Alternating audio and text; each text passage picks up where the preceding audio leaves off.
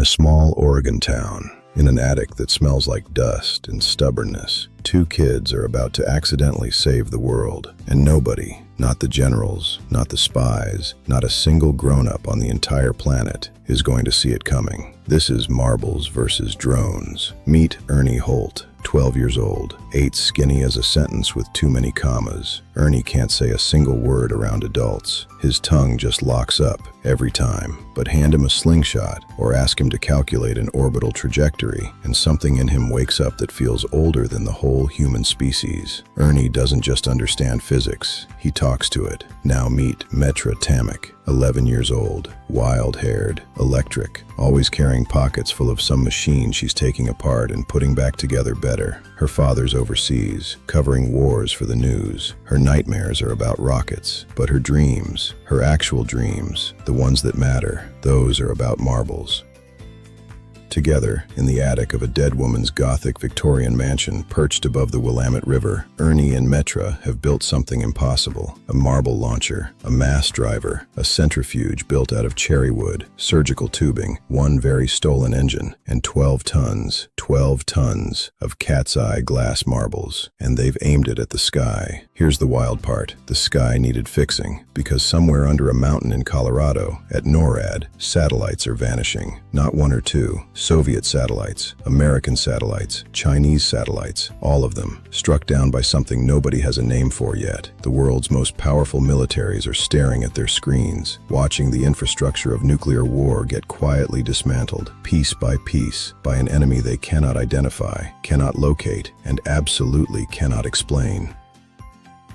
Meanwhile, in a Portland skyscraper, a spy named Andrea Cheplenko is turning a small, burnt amber marble over in her fingers, and for the first time in her entire professional life, she feels something she has no protocol for: wonder. And in the basement of the most heavily guarded military complex on Earth, a general with silver hair and a red-carpeted office is about to hear the single strangest sentence of his entire career. The mysterious force that has single-handedly disabled the machinery of nuclear war, the thing every intelligence agency on the planet has been chasing, is marbles. Children's marbles. 240,000 of them, in orbit. Let that sink in for a second. 2 kids, an attic, a dead ant's basement, and a homemade machine built from spare parts versus the entire nuclear arsenal of planet Earth, and the marbles are winning. This book is an adventure. It's a cosmic comedy, but underneath all of it, there's something aching and beautiful going on, because this is also a story about a boy who cannot speak a single word in front of adults, finding his voice, fully, fluently, without a single stammer, from 1,000 feet above the Pacific Ocean, speaking to the entire planet at once. And it builds to a moment that is honestly one of the most stunning images I've ever written. A 9-foot-tall angel, translucent blue, built out of stained glass and starlight, descending onto a Victorian porch in November, Oregon. And it looks at the guns, the generals, the entire speechless grown-up world, and it says, "These children have saved you from yourselves."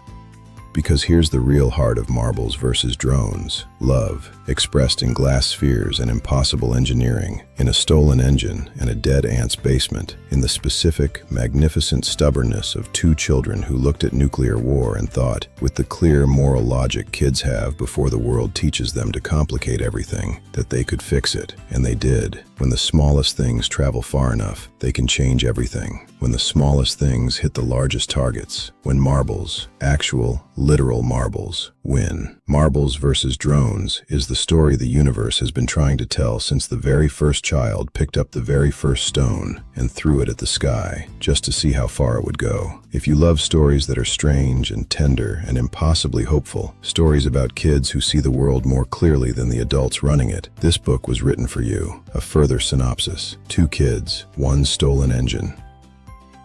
12 tons of marbles. World War III canceled. What if the thing that saved the world wasn't a weapon? What if it was 2 kids, a stuttering 12-year-old boy with a slingshot, and a girl in overalls with a pencil behind her ear, and 12 tons of glass marbles launched into orbit? Welcome to Marbles vs. Drones by Scott Evans Douglas. Ernie Holdt is 12, brain that never stops, tongue that freezes around every adult except his best friend Metra, whose wild blonde hair and overstuffed overalls conceal the most important dreaming mind in Oregon.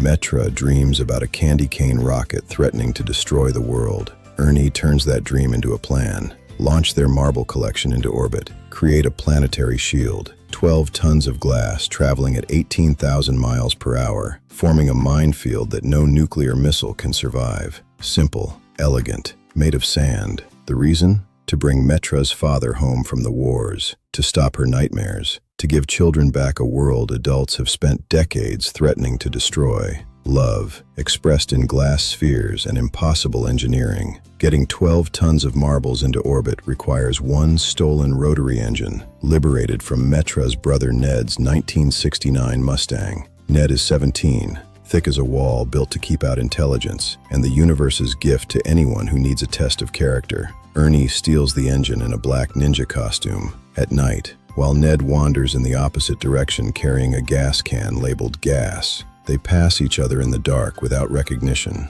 The universe finds this extremely funny. Deep inside Cheyenne Mountain, NORAD is losing satellites. American, Soviet, Chinese, all of them. General Boson stares at his mapping board. The crisis is coming from a third party. Someone in Salem, Oregon. On his desk, burnt marbles, fused by re-entry heat. Nobody has said the word marbles yet. The universe is saving that moment for the look on General Boson's face. On the porch of Ratcliffe Manor, the angel arrives. 9 feet tall, translucent, blue as deep water, wings assembled from stained glass and aurora light. 2 inches. World War III has been canceled, due to marbles, due to children, due to love. A soldier fires at Metra. The angel steps between them like light through glass. Government drones sweep in, targeting the mass driver. It fires back. Marble after marble, shredding drone after drone from the Oregon sky. Ratcliffe Manor catches fire. The mass driver fires one final time and goes quiet. Every drone destroyed, every warhead gone. The angel lifts Ernie and Metra from the burning porch, one in each arm, and carries them into light. They rose, and they were gone. Children appear across the world carrying impossible watches for world leaders. None ever stopped wearing them. The watches kept perfect time long after any mechanical explanation expired. The definition of a miracle, something that keeps working after it should have stopped. Then the beaches fill. Millions of children walking quietly toward the sea, calm, certain, unstoppable. Above the water, Ernie speaks, his stutter finally gone, to every screen on Earth. We will return in 2041. We will teach you how to live in your second Eden. The wave rose. The children walked forward. The beaches went quiet. Sand becomes glass, becomes sphere, becomes shield, becomes savior. Marbles versus drones. Children versus chaos. Love versus entropy. And love, always, impossibly, against every precedent in human history, wins, which is not sentimentality, which is physics. Get it now on Amazon, ebook and paperback. The sequel, Adam versus the Game Master, is already waiting. Grab marbles versus drones. Links in my bio.